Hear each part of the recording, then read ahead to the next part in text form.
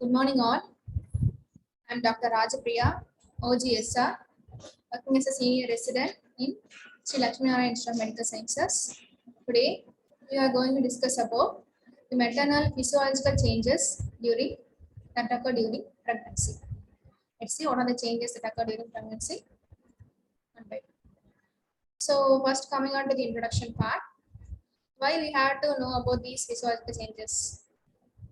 Because if you are knowing the physiological changes, then only we will be able to differentiate what are the physiological things happening during pregnancy and what are the pathological things that happen during pregnancy. Okay.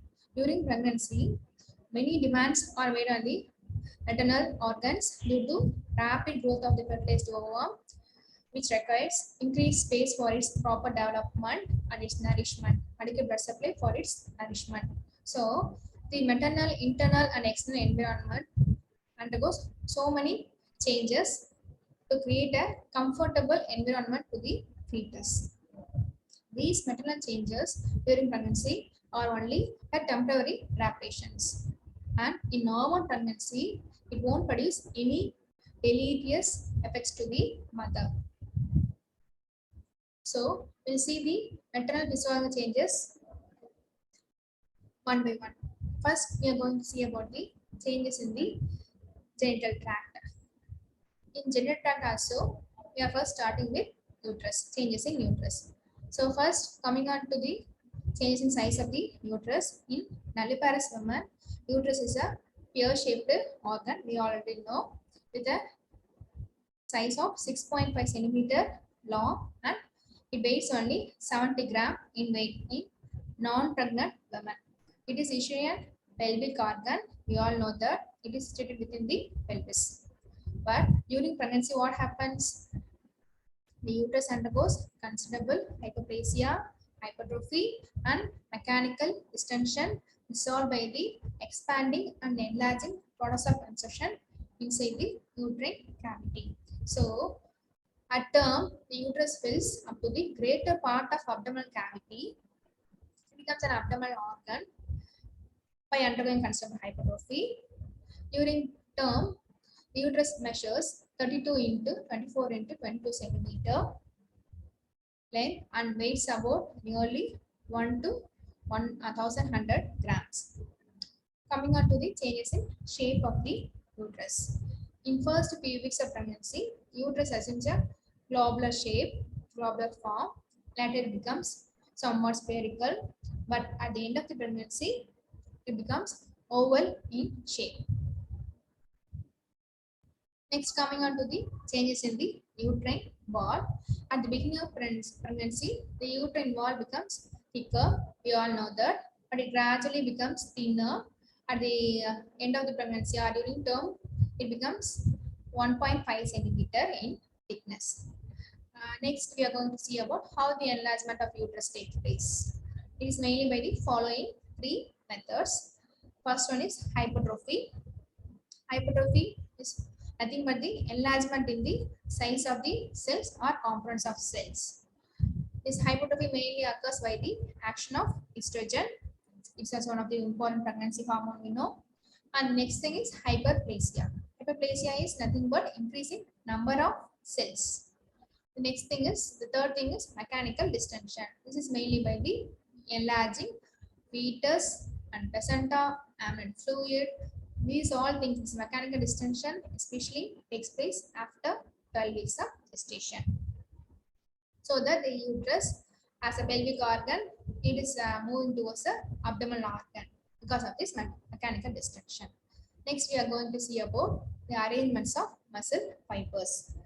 We all know that uterus is a muscular organ also. There are so many layers of muscle fibers. Importantly, there are three layers of muscle fibers: the outer layer, the middle layer, and the inner layer. The outer layer is one which arches over the fundus of uterus. The most important layer is the middle layer, which is made up of interlacing network of muscle fibers, which is perforated by the uterine blood vessels, especially spiral arterioles. These muscle fibers, they have a specific shape. We call it as double curve or double S-shaped curve, which forms because of its shape, it forms a figure of 8 around these penetrating vessels. So these are known as living ligatures of uterus. Why we are calling it as living ligatures of uterus? Because during immediate postpartum period, that is immediately after delivery of the fetus, these muscle fibers, this because of its double curve shape, these muscle fibers by contraction, it shut down the blood supply to the placental bed. Thereby, it prevents or it helps the woman to prevent postpartum hemorrhage. Next layer of muscle fiber is inner layer, which consists of sphincteric fibers around the opening of, so present around the opening of fallopian tube and internal os. There is one sign we can elicit in early trimester itself. We call it as Heger sign. It is nothing but it is used to elicit the softening of the lower uterine segment. This is also one of the sign of pregnancy. The softening of lower uterine segment occurs just above the cervix. It can be elicited by compressing the uterine segment between the examining fingers. The wall feel like a tissue paper thin. It is especially noted during 6 to 8 weeks of pregnancy. Next, coming on to the position of uterus. In standing position, the longitudinal axis of the uterus corresponds to the longitudinal axis of the pelvic index. We already know. But in supine position, the uterus rests on the spine, aorta, and inferior vena cava. As an abdomen organ, because of the presence of rectosigmoid on the left side of maternal abdomen, the uterus is usually rotated to the right side. This we call it as dextrorotation. So, what is the significance of this dextrorotation? Before doing any abdomen examination or before doing any clinical examination for assessing the height of the fundus, we should correct this dissertation. After that, we have to do for abdomen examination.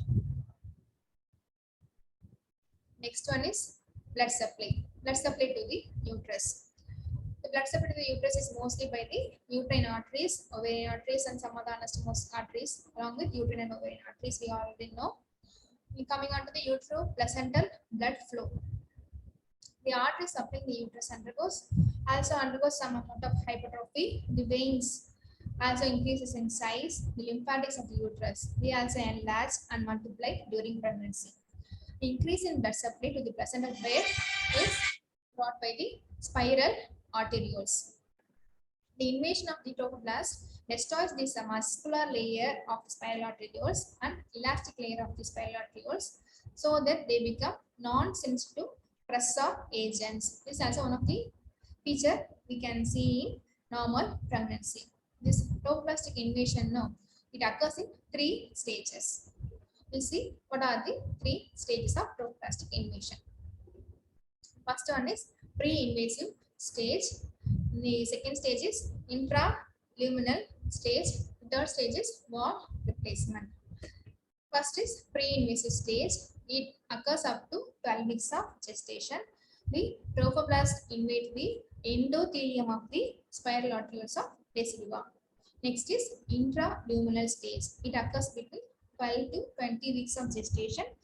In this stage, the myometrial spiral arteriolar wall is replaced by fibrinoid material. Next is wall replacement stage. As the pelvic veins, unlike systemic veins, they do not possess a surrounding supporting sheath. They dilate enormously, so that they also act as a reservoir of blood. During term, the blood flow to the uterus is increased to an amount of 500 to 700 ml per minute. So why this intraplacental blood flow? Why this trophoblastic invasion should take place? What is the significance we have to look for? If there is any abnormality or any incomplete invasion of the trophoblastic invasion of spiral arterioles, it results in various hypertensive disorders of pregnancy, like gestation hypertension, preeclampsia, non-severe preeclampsia, eclampsia, like that. Next, coming on to uterine contractility. The uterus undergoes irregular contractions that are detected by bimanual examination, even in from the start of second trimester also. We call it as Braxton Hicks contraction. Can be elicited by bimanual examination. Later on, this irregular intermittent contractions acquire some rhythmicity in the later period of pregnancy, especially during term, and they also give rise to false labor. Next is coming on to the changes in cervix. Cervix becomes soft and blue in the first trimester itself. This is due to, we all know that there will be increase in vascularity, edema, hyperplasia, and hypertrophy of the cervical glands. Next is secretions from cervix. Actually, the secretion is increased during pregnancy. The endocervical mucosal cells that produce enormous amount of tenacious mucus that plugs the cervical canal soon after conception. This plug gets dislodged at the end of the start of labor, resulting in show. So, what is the other function of this show? Endocervical mucus plug. It also prevents the entry of pathogenic organism into uterine cavity. Nearing term, there will be some changes in the cervical stroma also. The changes are, there will be increase in the water content and decrease in the collagen and hydroxyl protein content. These changes leads to softening and ripening of cervix during term pregnancy. Next is changes in fallopian tube. During pregnancy, this fallopian tube also undergoes some changes. It gets staged and becomes more vascular. Next, the round ligaments. The round ligaments undergo some amount of thickening and hypertrophy. Next thing is ovaries. Usually there is no ovulation during pregnancy. The ovaries are enlarged, especially the one containing corpus luteum. The corpus luteum will function only for first 6 to 7 weeks of pregnancy. It produces progesterone, the pregnancy hormone. After this 6 to 7 weeks, it contributes little to the progesterone production because this placenta, this placenta will take the function of corpus luteum after 6 to 7 weeks of pregnancy. Next is changes in vagina. There will be some increase in vascularity and increase in vaginal secretion also.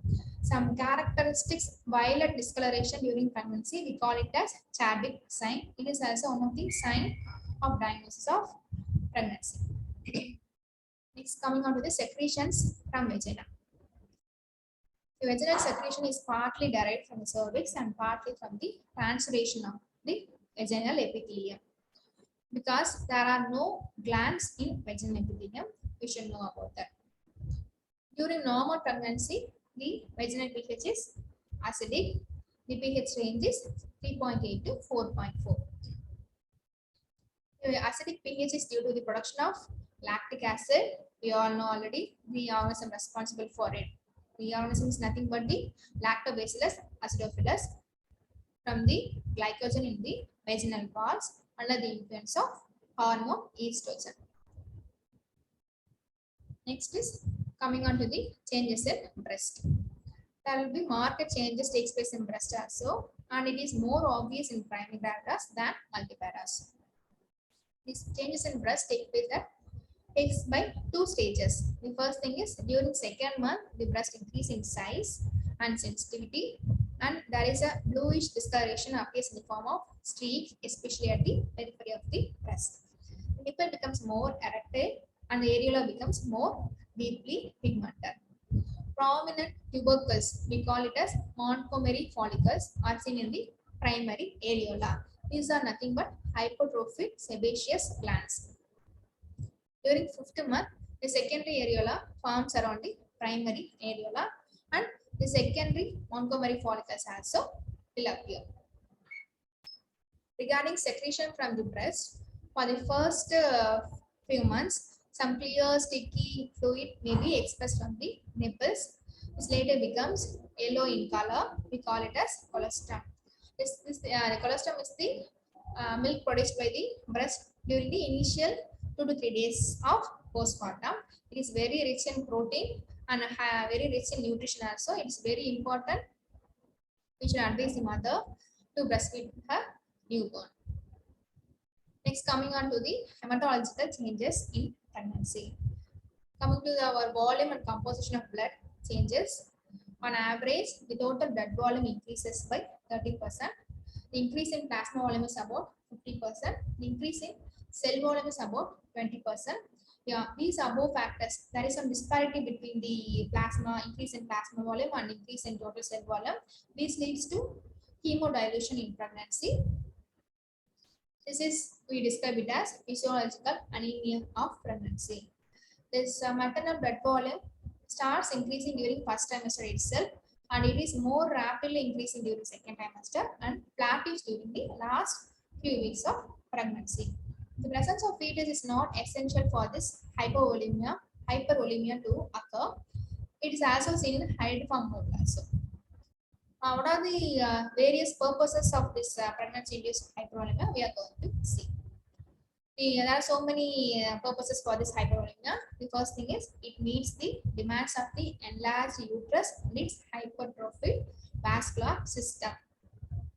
It also protects the fetus against deleterious effects of impaired venous return when the patient is in supine or erect posture. It also safeguards the mother against the adverse effects of blood loss during parturition, that is during delivery, childbirth. This erythrocyte volume also increases, but to a lesser extent. The rise begins between 10 weeks and 20 weeks and probably continues till the end of pregnancy. The increase in circulating erythrocyte volume is due to accelerated production rather than prolonged lifespan of erythrocyte. Next, coming on to the changes in composition of blood.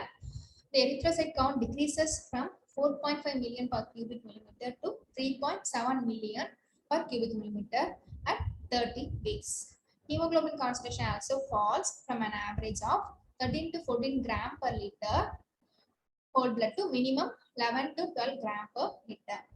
This hematocrit level also falls from 40% to 33 to 34% in last 10 weeks of pregnancy. There will be marked increase in leukocyte count to more than 12,000 per cubic millimeter, especially in postpartum period. It's coming on to the change in the coagulation system. The clotting factors also increases during pregnancy, we all know. The fibrinogen level increases by about nearly 50%. All clotting factors level increases during pregnancy except clotting factor 11 and 13. Platelet levels decrease in 5 to 7% of pregnancies. The bleeding time and clotting time remain unchanged. There will be increase in the plasminogen activity also. So it results in increase in fibrin degradation products during pregnancy. Next, coming on to the biochemical changes. In serum protein level, there will be lowering of serum protein level during pregnancy due to this hyperolemia, hydremia, and thus the albumin globulin ratio is altered. It's coming to the serum electrolytes level. During normal pregnancy, there will be decline in the concentration of most of the serum electrolytes. We'll see about the fall of serum electrolytes level. First one is sodium level falls by 2 to 3 milliequivalents per liter. Potassium level falls by 0.2 to 0.3 milliequivalents per liter. Calcium level falls by about 10%. There is no significant change in chloride level. Bicarbonate level also falls in early pregnancy, especially in early pregnancy time. Next is our alpha fetoprotein, AFP.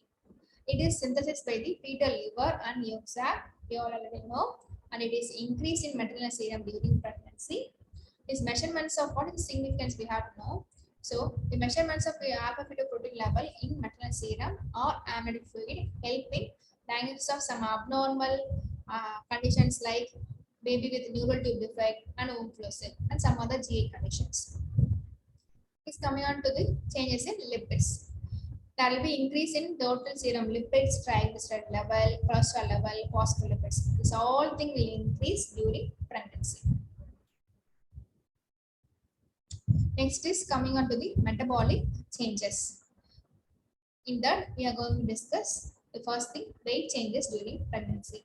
So what are the contributing factors for the increase in weight during pregnancy? We are going to see. This enlarging uterus, growing fetus, the enlarging placenta, the amniotic fluid, fat and water retention, all these things contribute to increase in weight. The total weight gain through pregnancy in healthy primary gravidas is 12.5 kg. In that, fetus contributes nearly 3.4 kg, placenta contributes up to 650 gram, amniotic fluid contributes 800 gram, breast contributes 400 gram, blood contributes 1450 gram, extravascular fluid contributes 1480 gram, and maternal fat stores contribute 3345 grams. The rate of next we are going to see about the rate of increase in weight gain during pregnancy. The increase in weight varies from person to person and also varies according to the stage of pregnancy, that is the trimester gestation age of pregnancy. In first trimester, there will be no substantial weight gain, especially if there is vomiting and anorexia. The rate of increase in weight between 20 weeks and delivery is about 0.5 kg per week. In pregnancy, weight gain is very important because it is directly related to the birth weight of the fetus. Low weight gain is associated with some conditions like preterm birth, low birth weight infants. So, it's very important to have adequate weight gain during pregnancy. Next is coming under water metabolism. It is also one of the most important normal physiological changes that occur during pregnancy.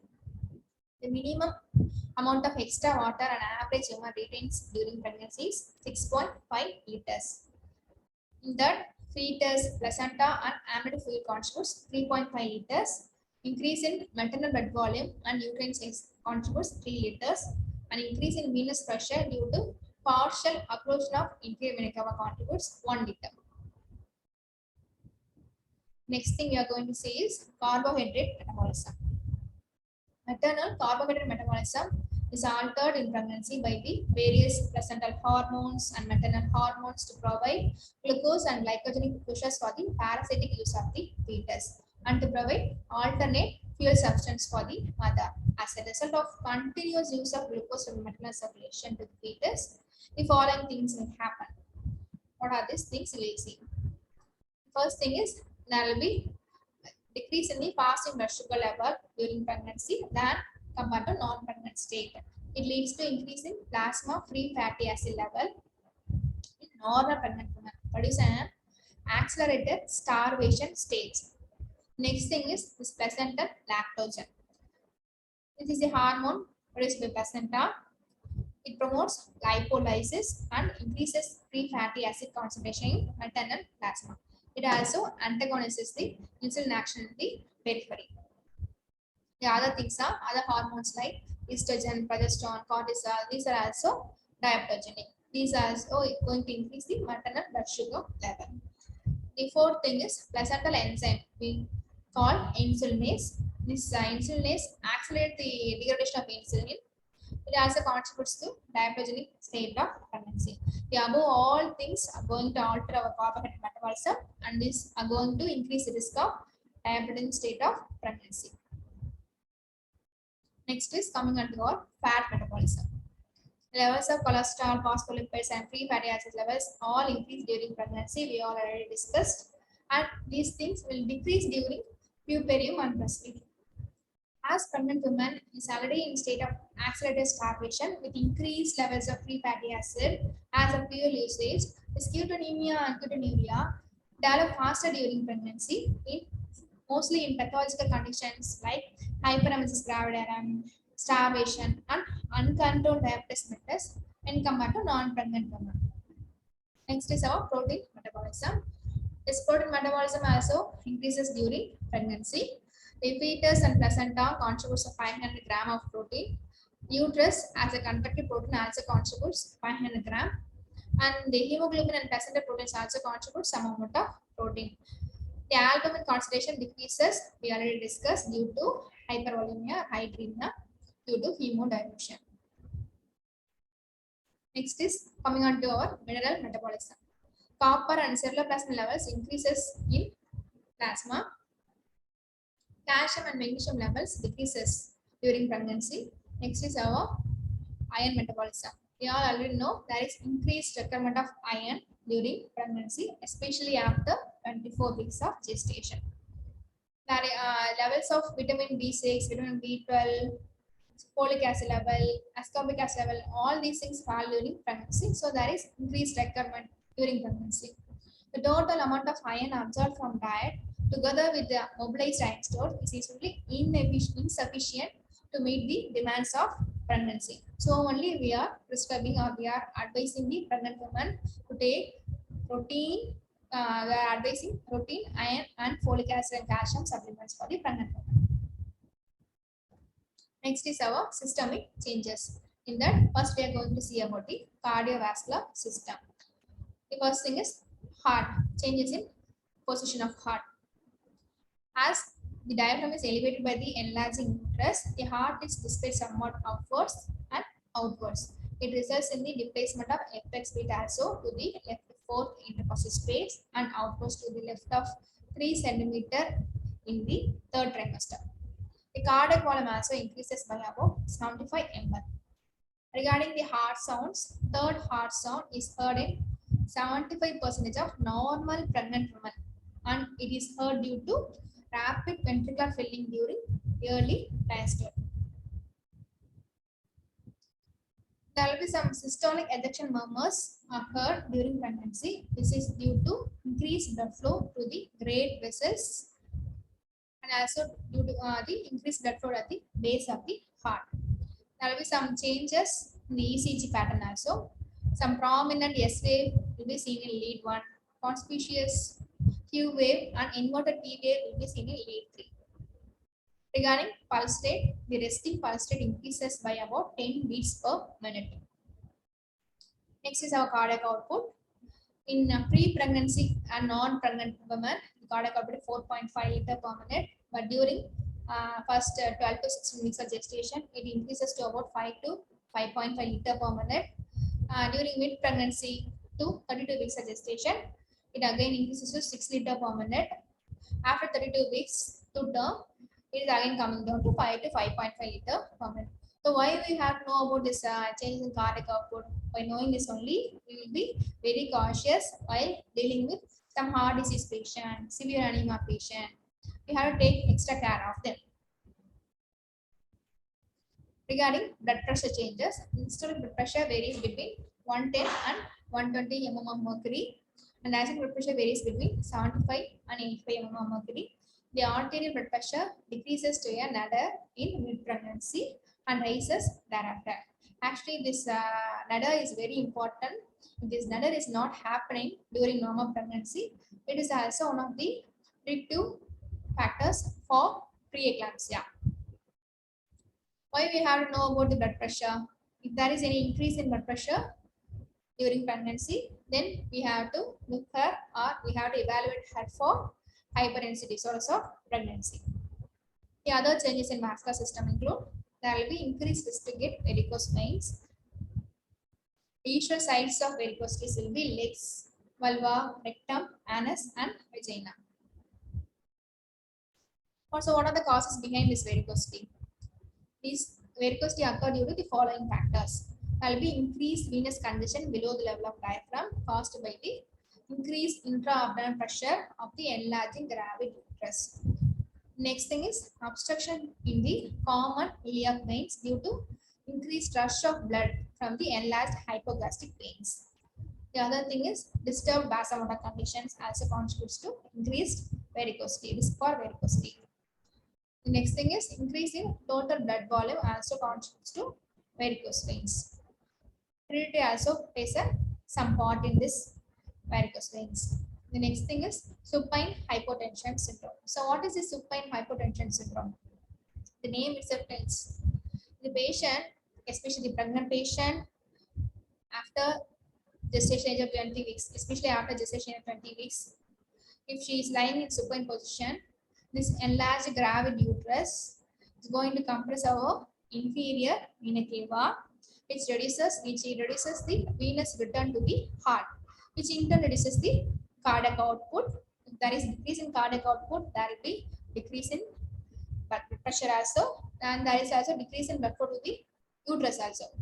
So there is significant, if there is significant reduction in the blood pressure because of this supine position, we call it as supine hypotension syndrome. So how we are going to avoid the supine hypotension syndrome? We usually advise the pregnant woman not to lie in supine position. We should advise the woman to lie in left lateral position to avoid this supine hypotension syndrome. Next is changes in respiratory system. The level of diaphragm is raised by about 4 centimeter and the dance diameter increases by 2 centimeter. The lower ribs usually flare out during pregnancy. The subcostal angle increases from 68 degree to nearly pregnancy to 103 degree at term. Actually, the vital capacity is not altered. The total tidal volume increases by 200 ml and the residual volume decreases by 200 ml. There will be increased awareness of a desire to breathe even early in pregnancy. We call it as physiological dyspnea, and it is due to increased tidal volume and fall in blood PCO2, which paradoxically causes dyspnea. These all features occur due to our pregnancy hormone progesterone and its effect on respiratory center. Next thing we are going to say is changes in gastrointestinal system. Many patients will be having symptoms like nausea, indigestion, constipation. These symptoms occur due to motor sluggishness, reduced intestinal secretion, and altered liver function. The stomach and the intestines are replaced by the enlarging uterus. Pyrosis or heartburn occur due to reflex of acidic secretions into lower esophagus. This occur due to decrease in intra-esophageal pressure and increase in intragastric pressure and changes in the position of the stomach and relaxation of the lower esophageal sphincter by our pregnancy hormone progesterone. Hemorrhoids are also common because of the enlarging uterus. It's going to compress the pelvic veins. Gallbladder contractions are also reduced, leads to stasis that in turn leads to cholesterol stones, especially in multiparous women. This is because the progesterone inhibits cholecystokinin mediated smooth muscle contraction of the gallbladder. Next is changes in the urinary system.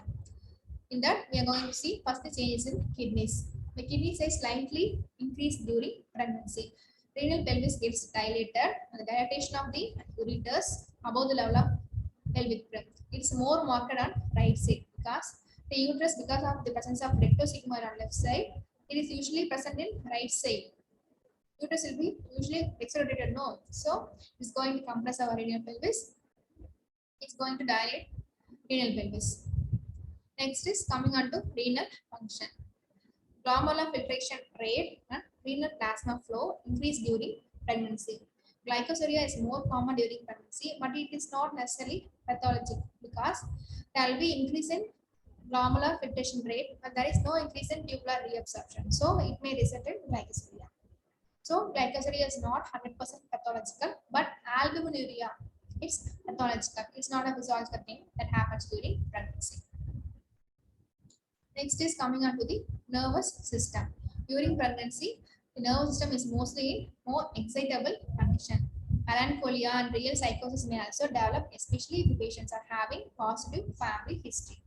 From 12 weeks of pregnancy onwards, she will be having some, she will be experiencing some frequent awakenings from sleep, lack of good quality of sleep, maximum sleep disturbance that occur during postpartum period. It may also contribute to postpartum blues or depression.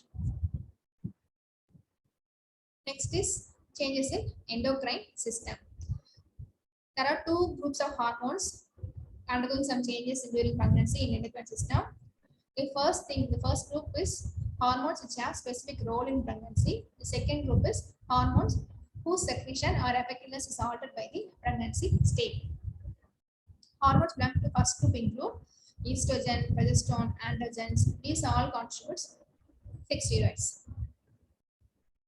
Peptide hormones of placenta like human chorionic gonadotropin, human placental lactogen, otherwise called human somatotropin, and some pituitary hormones also belongs to this first group. Hormones of the thyroid gland, adrenal gland, pancreatic hormones like insulin, this all belongs to second group. We'll see some few points about the first group of hormones. The first thing is we're going to see is human chorionic gonadotropin or HCG. It is a glycoprotein. We all know that with the highest carbohydrate content. It has two subunits, alpha and beta subunit. The alpha subunit structurally and immunologically similar in HCG, like luteinizing hormone, follicular stimulating hormone, and thyroid stimulating hormone. It is synthesized by the syncytotropoblastic cells of placenta. It is usually increased in pregnancy, high from mole, choriocarcinoma, and Down syndrome. So it is also used as a soft tissue marker, or it's also used as a detective test to detect the risk of having Down syndrome in first trimester. It is decreased in ectopic pregnancy and threatened abortion. So it is also used as a follow-up investigation in ectopic pregnancy and can also judge the response to treatment by seeing this beta HCG in ectopic pregnancy medical management. Next is the functions. So what are the functions of human chorionic gonadotropin? It's mainly luteotropic and it helps to maintain the corpus luteum of pregnancy.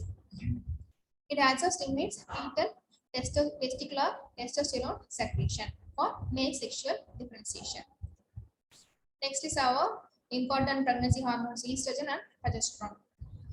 During pregnancy, placenta will be the major site for production of estrogen, but it depends on normal fetal-placental unit also.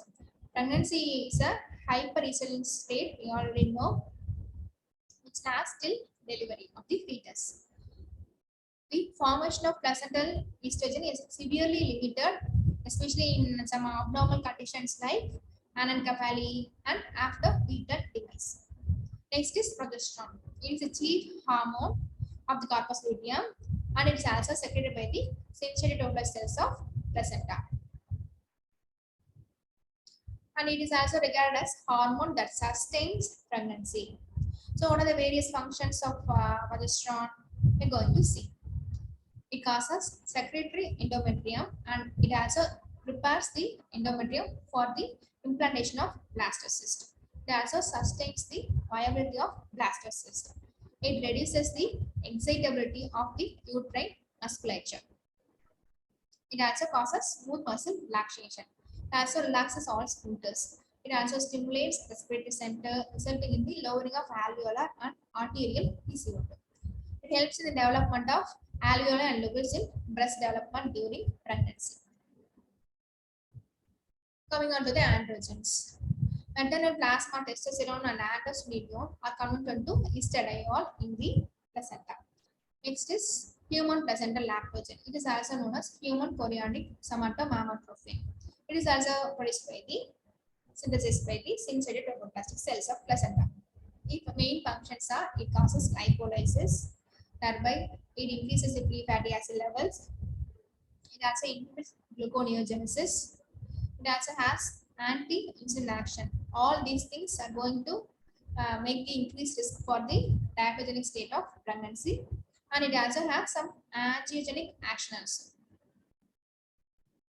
Next is prostaglandins. Among prostaglandins, prostaglandin A2, prostaglandin E, PGF2. These are more important during pregnancy, especially the one PGF2, which is very important during mechanism of onset of labor. Next is pituitary hormones. Pituitary hormones like gonadotropins, this FSH and LH, this decreases during pregnancy because of the negative feedback mechanism of estrogen and progesterone. Next is ACTH, adrenocorticotropic hormone, and melanocyte-stimulating hormone. These things increase during pregnancy. These increase in melanocyte-stimulating hormone contributes to some form of pigmentation specific during pregnancy. Next thing is hormones of posterior pituitary. So what are the hormones of posterior pituitary?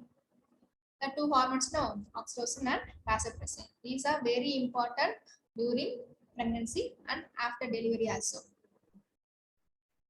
This oxytocin is very important for the uterine contraction as well as for the induction of breast milk ejection reflex. Next is thyroid gland. The thyroid gland also undergoes some hyperplasia and also increases in vascularity during pregnancy. Insulin level also increases during pregnancy. Next is coming on to the pelvis. During pregnancy, as of all organs, pelvis and also undergo some increase in vascularity, and pelvic ligaments becomes more lax due to this effect of pregnancy hormones. The mobility increases at various joints like the sacroiliac joint, sacrococcygeal joint, and pubic joints. With increasing protuberance of the abdomen, the center of gravity falls somewhat anterior, and as a result of this, there will be compensatory lordosis. The lordosis leads to anterior neck flexion and slumping of the shoulder girdle. This produces traction of ulnar and median nerves, leads to numbness and weakness in the upper extremity. Next is abdominal wall. Changes in the abdominal wall. The abdominal wall distance as the pregnancy advances and becomes thinner, especially around the umbilicus. The rectus muscle may separate in the midline and may cause diastasis recti in some individuals. The abdomen skin shows depressed lines which may be pinkish or bluish in appearance. These occur due to rupture of subcuticular elastic fibers. We call it as stria gravidarum or stretch marks of pregnancy. It is also one of the inspectory finding in abdomen examination of pregnant women. After delivery, these depressed lines may heal, leaving a pearly white or silvery bright lines. We call it as linea albicans. Next is pigmentation. Occasionally, during pregnancy, this brownish patches may appear on the face. It may we call it as melasma gravidarum or plasma or mask of pregnancy. The midline of the abdomen skin becomes more brownish or black in color, especially from the umbilicus to pubic symphysis, or it may extend from the zibicernum to pubic symphysis. We call it as linea nigra. It is also one of the inspective findings we will be seeing in abdomen examination in pregnant women. There may be increased hyperemia, increased sweating, and sebaceous secretion. There may be vascular spironavy also present around the umbilicus. These all changes occur due to hyperestrogenism, which is seen in pregnancy.